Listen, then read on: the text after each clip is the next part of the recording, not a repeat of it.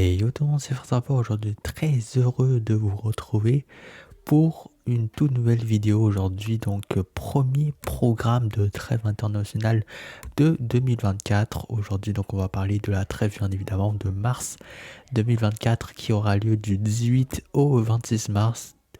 Donc, comme d'habitude, dans tous les pays, toutes les compétitions, tous les matchs nationaux et internationaux qui vont se jouer durant cette trêve de la FIFA, on va les couvrir et on commence comme d'habitude avec l'équipe de France parce que je sais que bon, ceux qui intéressent le plus de monde, en mars, l'équipe de France jouera seulement des matchs amicaux. Donc voilà, les qualifs de l'Euro c'est fini, il y a l'Euro cet été, donc voilà, il y aura des matchs amicaux pour se préparer. Tout d'abord un France-Allemagne au Parc OL le 23 mars, suivi d'un France-Chili au Vélodrome le 26 mars, et les deux parties seront à retrouver sur TF1. Maintenant on va parler de l'Europe, ce qui se passe sur le continent européen hors France, et il y a quand même pas mal de choses. Tout d'abord, il y a les barrages de l'Euro 2024. Donc, les 3 dernières places qualificatives pour le tournoi cet été seront attribuées. Ensuite, il y aura également les barrages de relégation de la Ligue des Nations. On va en parler un petit peu plus tard. Et il y aura également des matchs amicaux pour la vaste majorité des équipes restantes qui ne font pas partie de ces deux barrages-là. Tout d'abord, on va commencer avec les barrages de l'Euro.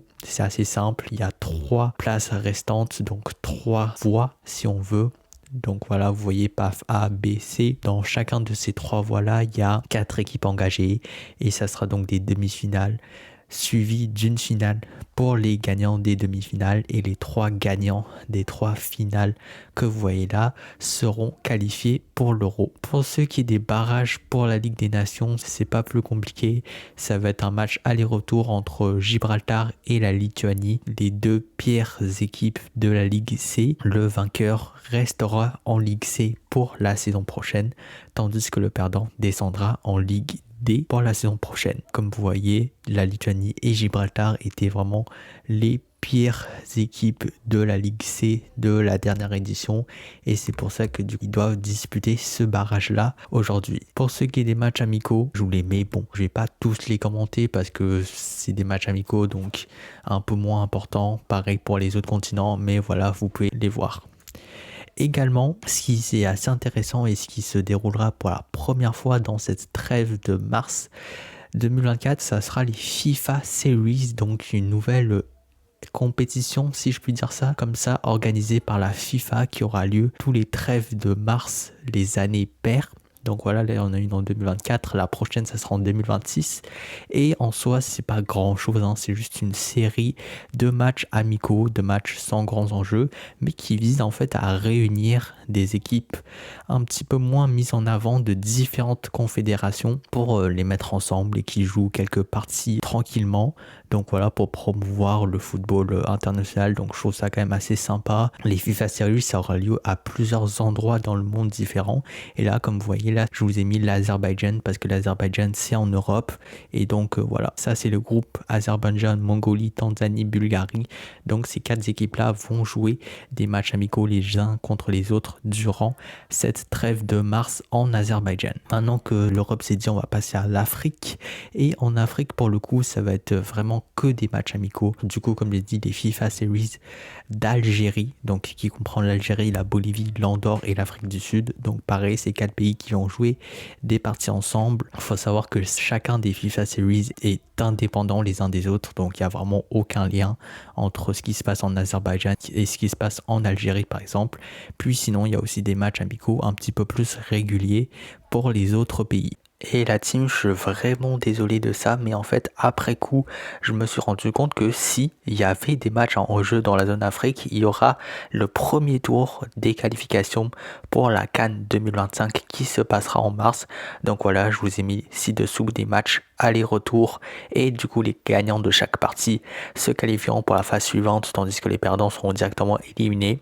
Je suis vraiment désolé d'avoir fait cette erreur, cet oubli. Je vous mets la suite de la vidéo. Maintenant, on va parler de la zone CONCACAF Amérique du Nord, qui est peut-être la zone la plus intéressante pour cette trêve de mars, puisque il y aura tout d'abord les finales de la Ligue des Nations de la CONCACAF édition 2023-2024. C'est peut-être, je dirais, l'événement le plus important de cette trêve, mais il y aura Un autre événement très important aussi, les barrages finaux pour la Copa América 2024. Et je vais vous expliquer pourquoi c'est CONCACAF.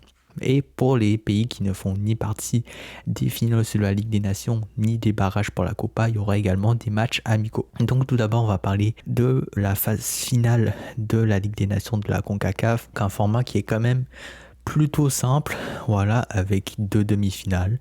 Les perdants s'en vont en petite finale et les gagnants s'en vont en grande finale le 24 mars. Et puis le gagnant remporte tout simplement cette édition de la Ligue des Nations de la CONCACAF. Tout simplement, les demi-finales, ça va être Panama-Mexique d'abord, puis États-Unis, Jamaïque. Et pour ce qui est des barrages de la Copa América, ça jouera entre Trinidad et Tobago et Canada, ainsi que l'Honduras contre le Costa Rica le 23 mars. Donc ça va être vraiment un match sec. Tout simplement, les 2 vainqueurs iront en Copa América et les 2 autres iront pleurer chez eux. C'est CONCACAF parce que en fait c'est lié à la Ligue des Nations de la CONCACAF. Je vous invite peut-être à regarder les nombreuses vidéos que j'ai fait à ce sujet si vous voulez mieux comprendre, mais en gros tout ce que vous avez à retenir cette fois-ci pour aujourd'hui, c'est que il y aura des barrages entre ces 4 pays-là. Et pour le reste, donc les matchs amicaux, je vous les mets ci-dessous également. Maintenant, on va parler de la zone CONMEBOL Amérique du Sud. Pareil, vraiment pas grand chose, que des matchs amicaux. Pour le coup, j'ai l'impression que la trêve de mars à chaque année, c'est quasiment souvent beaucoup de matchs amicaux quand même. Je sais pas si c'est fait exprès ou pas, mais voilà, il n'y a pas vraiment beaucoup de compétitions à enjeu qui se jouent en mars. Maintenant, parlons de l'Asie, de l'AFC, et eux, vous allez voir que c'est un peu les seuls qui charbonnent, qui travaillent encore en mars, puisque eux, ils sont en plein dans leur qualification par la prochaine Coupe du Monde déjà. Donc voilà, vu qu'en Asie, il y a énormément de pays, ils font quand même les choses assez en avance. Donc il y aura également des matchs amicaux pour les pays qui sont déjà éliminés des qualifs. Et oui, ça va vite. Tout d'abord, on aura la 3e journée du 2e tour des qualifs le 21 mars. Et pour ça, je vous ai mis quelques matchs clés, même si pour l'instant, les qualifs sont encore dans des phases assez préliminaires, donc il n'y a pas vraiment d'immenses enjeux non plus, mais je vous ai mis quelques matchs qui pourraient toujours être le fun à regarder si ça vous intéresse. D'abord, un Japon-Corée du Nord dans le groupe B le 21 mars. Bon, plus pour des raisons extra sportives que sportives, on va pas se mentir, mais bon, ça peut toujours être intéressant si vous aimez le foot international. Ensuite, un Australie-Liban dans le groupe I, toujours le 21 mars. Ensuite de ça, nous aurons donc la 4e journée du 2e tour le 26 mars avec des parties comme Koweït contre Qatar dans le groupe A ou encore Tadjikistan vs Arabie Saoudite dans le groupe G. Vous verrez que dans le prochain épisode, donc de juin 2023, je vais parler un petit peu plus de ces qualifications en détail. Mais pour le moment, franchement, comme j'ai dit, on est encore au début, donc il n'y a pas vraiment d'enjeu. Mais en juin, ça va vraiment beaucoup s'accélérer, vous allez voir. Sinon, pour ce qui est des matchs amicaux, donc en Asie, il y aura quand même pas mal. Il y aura en fait 3 FIFA Series. Tout d'abord 2 en Arabie Saoudite. Donc voilà, avec tous ces pays, vous voyez qu'il n'y a pas d'Arabie Saoudite. Il n'y a pas le pays hôte dans ces FIFA Series, tout simplement parce que l'Arabie Saoudite, elle joue vraiment les qualifications, donc elle joue vraiment des matchs en jeu. Donc c'est pour ça que malheureusement elle ne peut pas faire partie de ses propres FIFA Series à domicile, qui sont quand même plus des matchs amicaux qu'autre chose, on va pas se mentir. Et ensuite il y aura également un 5e et dernier FIFA Series au Sri Lanka. Avec tous ces pays-là, le Sri Lanka, lui, qui peut participer car il est d'ores et déjà éliminé des qualifs pour la Coupe du Monde en Asie.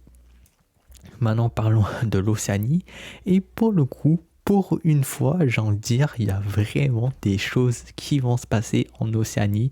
C'est tellement rare parce que d'habitude, voilà, l'Océanie, c'est tout le temps le néant. Mais pour le coup, en mars 2024, vont se jouer les qualifications pour la Coupe d'Océanie des Nations 2024. Donc d'ailleurs, si ça vous intéresse d'en savoir plus sur cette compétition totalement méconnue, je vous invite à rester branché sur ma chaîne car je vais bientôt sortir une vidéo justement qui va en parler, qui va donc tout vous expliquer comment ça se passe cette compétition à l'autre bout de la terre. Et aussi pour les pays déjà qualifiés, il y aura des matchs amicaux. Donc pour ce qui est des qualifications, c'est vraiment très simple. Voilà, c'est 3 matchs secs seulement pour un petit groupe comme ça. Vous voyez, Tonga, Samoa et Île Cook, les 3 pires pays d'Océanie.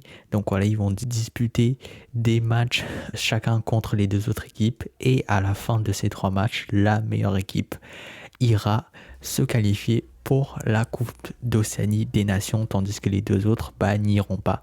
Tout simplement, c'est très simple. Et pour finir, il y a également des matchs amicaux pour les autres pays qui sont déjà qualifiés. Donc voilà les amis, c'est la fin de cette vidéo, j'espère qu'elle vous aura plu.